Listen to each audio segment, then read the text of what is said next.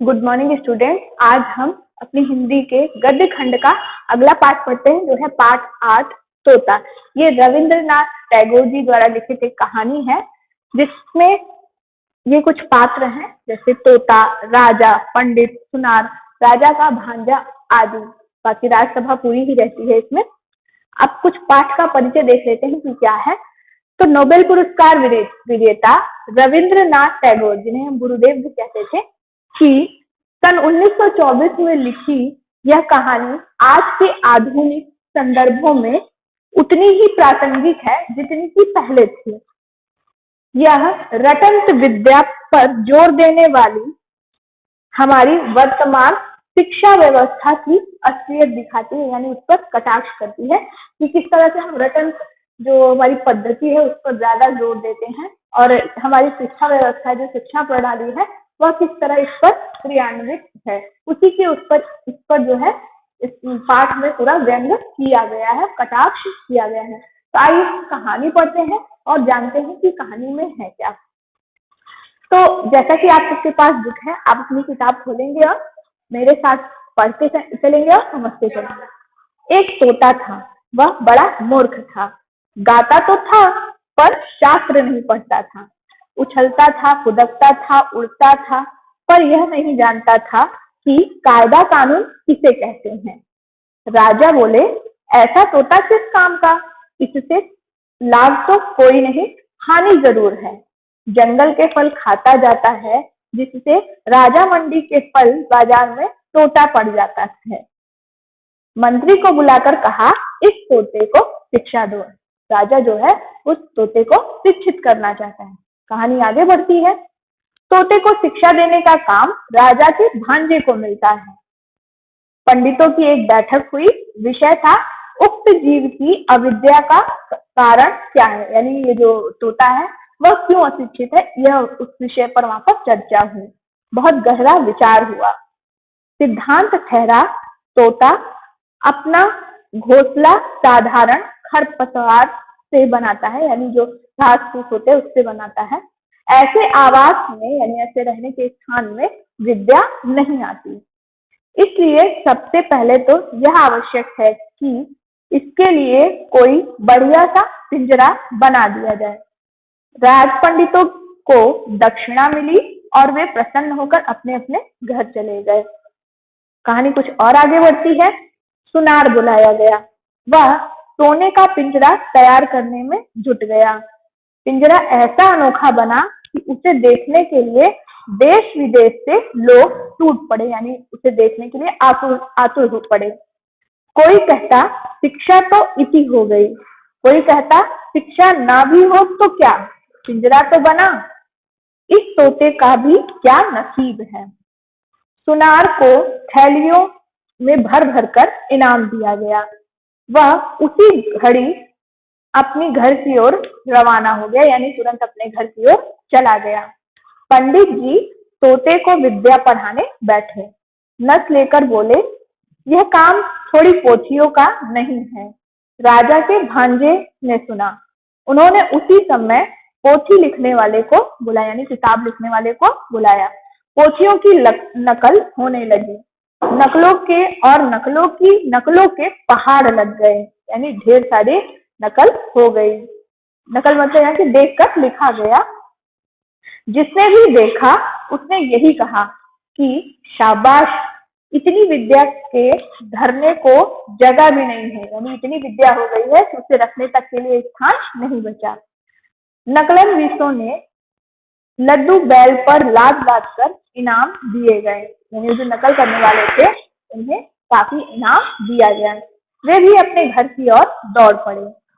उनकी दुनिया में तंगी का नाम निशान भी अब बाकी नहीं। पहले वो गरीब हुआ करते थे, लेकिन उन्हें अब इतना धन मिल गया कि उनकी जीविका आराम से चलने लगी।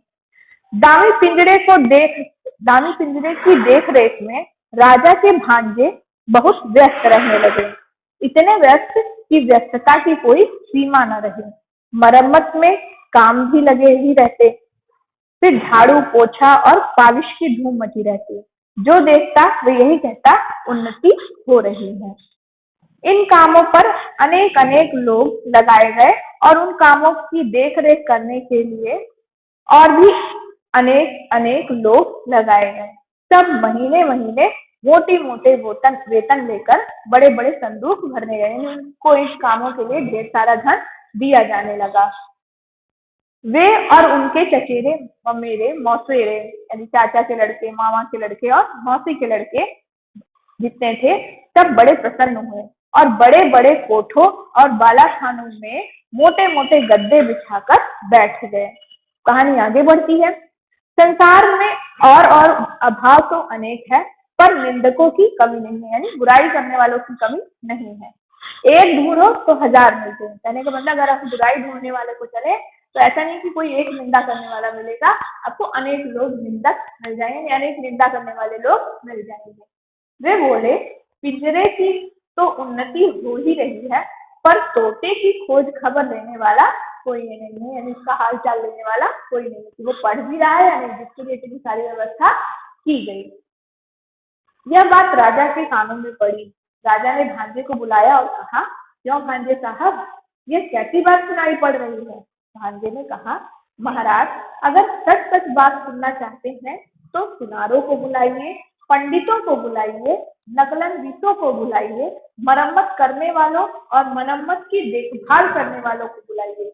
निंदकों को हलवे मांडे में हिस्सा नहीं मिलता, इसलिए वे ऐसी ओछी बात करते हैं। यानी अगर आपको सच जानना है तो इन लोगों को बुलाइए, जो लोग आपके पास मेरी बुराई लेकर आ रहे हैं, ऐसे लोगों को कुछ मिलता नहीं है, सिर्फ और सिर्फ वो आपसे बुराइयां करते हैं।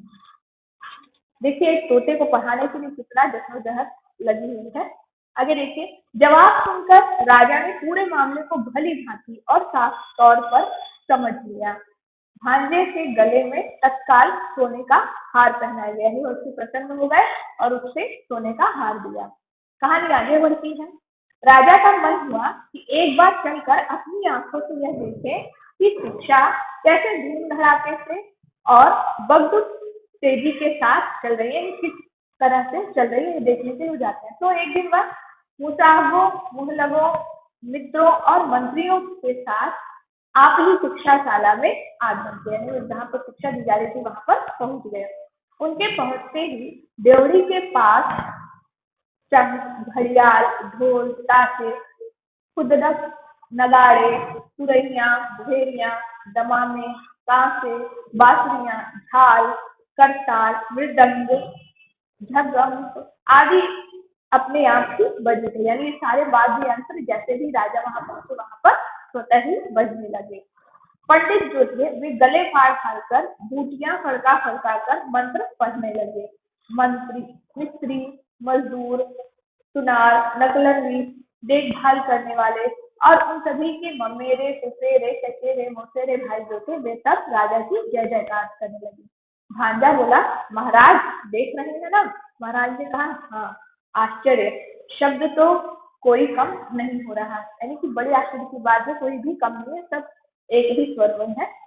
भांजा बोला, शब्द ही क्यों, इनके पीछे का अर्थ भी कोई कम नहीं है। राजा प्रसन्न हो जाते हैं और लौट जाते हैं। ड्योढ़ी को पार करके हाथी पर सवार होने ही वाले थे कि एक झुरमुट में छुपा निंदक बोल उठा, झाड़ियों में छुपा हुआ जो निंदक था, निंदा करने वाला, वो बोल उठा है, महाराज आपने तोते को तो देखा भी नहीं। राजा चौंक पड़े, बोले, अरे हाँ, मैं तो बिल्कुल भूल ही गया, तोते को तो देखा ही नहीं। लौटकर पंडित से बोले, मुझे यह देखना है कि तुम तोते को किस तरह से पढ़ाते हो, यानी किस ढंग से पढ़ाते हो। पढ़ाने का ढंग उन्हें दिखाया गया, देखकर उनकी खुशी का ठिकाना न रहा। पढ़ाने का ढंग तोते की तुलना में इतना बड़ा था कि तोता ही दिखाई नहीं दे रहा था। अब बात आगे बढ़ती है। राजा ने सोचा, अब तोते को देखने की जरूरत ही क्या है, उसे देखे बिना भी काम चल सकता है। राजा ने इतना तो अच्छी तरह से समझ लिया था कि बंदोबस्त में कहीं भी कोई भी भूल चूक नहीं है, जो सारी व्यवस्था है वो दुरुस्त है, उसमें कहीं भी भूल चूक नहीं है। पिंजरे में दाना पानी तो नहीं था, थी सिर्फ शिक्षा, यानी ढेर की ढेर पोथियों के ढेर और ढेर के पन्ने में फाड़ फाड़ कर कलम की नोक से तोते के मुंह में घुसेड़े जाते, यानी सारी चीजें उसे लिख लिख कर सिखाई जाती थी। गाना तो बंद हो गया था, चीखने चिल्लाने के लिए भी कोई गुंजाइश नहीं छोड़ी गई थी।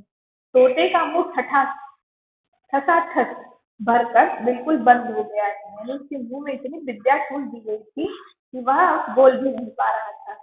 जो भी वहां देखता था उनके देखने वालों के रोंगटे खड़े हो जा रहे थे। अब दोबारा जब राजा हाथी पर चढ़ने लगे तो उन्होंने कान उमेठू सरदार को ताकीद कर दी कि निंदक के कान अच्छी तरह उमेड़ देना, यानी जो बुराई कर रहा था उसकी अच्छे से खबर लेना। ऐसा कुछ भी नहीं है जैसा वह मेरे तक संदेश पहुंचा रहा था। कहानी आगे बढ़ती है। तोता दिन भर भद्र नीति के अनुसार अधमरा होता गया। उसके ऊपर इतना अत्याचार हुआ कि वह उसका जो जीवन था वो आधा ही रह गया। अभिभावकों ने समझा कि प्रगति काफी आशाजनक हो रही है, फिर भी पक्षी स्वभाव के एक स्वभाव दोष से तोते का पिंड अब भी नहीं छूट पाया था।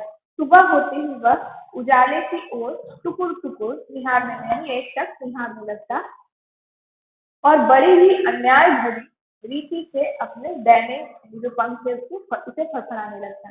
इतना ही नहीं, किसी किसी दिन तो ऐसा भी देखा गया कि वह अपनी रोगी चोंचों से पिंजरे की सलाखें काटने में जुटा हुआ था। वो ऐसा क्यों करता है? क्योंकि वह वहां से निकलना चाहता है। कोतवाल गरजा, यह कैसी बेअदबी है। फौरन लोहार हाजिर हुआ। आग, भाती और हथौड़ा, यानी अपने सारे औजार लेकर वहां पर हाजिर हुआ। वह धमाधम लोहे की पिटाई करता हुआ कि पूछो मत। लोहे की साकल तैयार हो गई थी और तोते के जो दैनी यानी पंख थे उन्हें भी काट दिया गया था। राजा के संबंधियों ने हांडी जैसे मुंह लटकाकर सिर हिलाकर कहा, इस राज्य के पक्षी सिर्फ बेवकूफ ही नहीं नमक हराम भी हैं। और तब पंडितों ने एक हाथ में कलम और दूसरे हाथ में बर्छा लेकर वहां वह कांड रचाया जिससे शिक्षा कहते हैं, यानी ये लगे उसे सिखाने। लुहार की लुहसार बेहद फैल गई और लुहारिन के अंगों पर सोने के गहने शोभने लगे और कोतवाल की चतुराई देखकर राजा ने उसे सिरोपा अदा किया। यानी लुहार को तो धन मिल ही रहा था, साथ ही साथ जो लुहारिन थी उसके तन पर भी ढेर सारे सोने के गहने लग गए। अब कहानी आगे बढ़ती है। तोते के साथ इतना अत्याचार हुआ कि तोता मर गया। कब मरा, कैसे मरा, इसका कोई निश्चय नहीं हो पाया। कमबख्त फिर से निंदक ने एक बार अफवाह फैलाई कि तोता मर गया। राजा ने भांजे को बुलवाया और कहा, भांजे साहब, यह कैसी बात सुनी जा रही है? भांजे ने कहा, महाराज, तोते की शिक्षा पूरी हो गई है। राजा ने पूछा, वह अब भी उछलता खुदकता है? भांजा बोला, अजी राम कहिए। कहने का ये मतलब कि अब ऐसा नहीं हो रहा है। कहानी फिर आगे बढ़ती है। अब भी उड़ता है? राजा पूछता है, अब भी उड़ता है? ना, कतई नहीं। भांजा जवाब देता है। अब भी गाता है? फिर से भांजा जवाब देता है, नहीं तो। दाना न मिलने पर अब भी चिल्लाता है? फिर से भांजे ने जवाब दिया, नहीं। राजा ने कहा, एक बार तोते को लाना तो सही, देखो तो जरा। तोता लाया गया। साथ में कोतवाल आए, प्यादे आए और घुड़सवार भी आए। राजा ने तोते को चुटकी से दबाया। तोते ने न हाँकी न भूकी। हाँ, उसके पेट में पोथियों के सूखे पत्ते खड़खड़ाने जरूर लगे। बाहर न वसंत की दक्षिणी बयार में न पल्लवों ने अपने निश्वासों से मुल्की वन के आकाश को आकुल कर दिया। कहने का मतलब कि बाहर तो अच्छा मौसम था, लेकिन यहाँ पर जो तोता था उसके अंदर बिल्कुल भी जीव नहीं था, उसकी मृत्यु हो गई थी। तो इस तरह से हमने देखा कि पूरी कहानी में जो हमारी रटंत पद्धति है उस पर किस तरह से कटाक्ष किया गया है कि हम केवल रट करके ही अपनी जो विद्या है उसको ग्रहण नहीं कर सकते, हमें उसे रटना भी है, रट तो समझने के साथ में। अब आपको खुद से इस बात को दोहराना है और समझना है। धन्यवाद।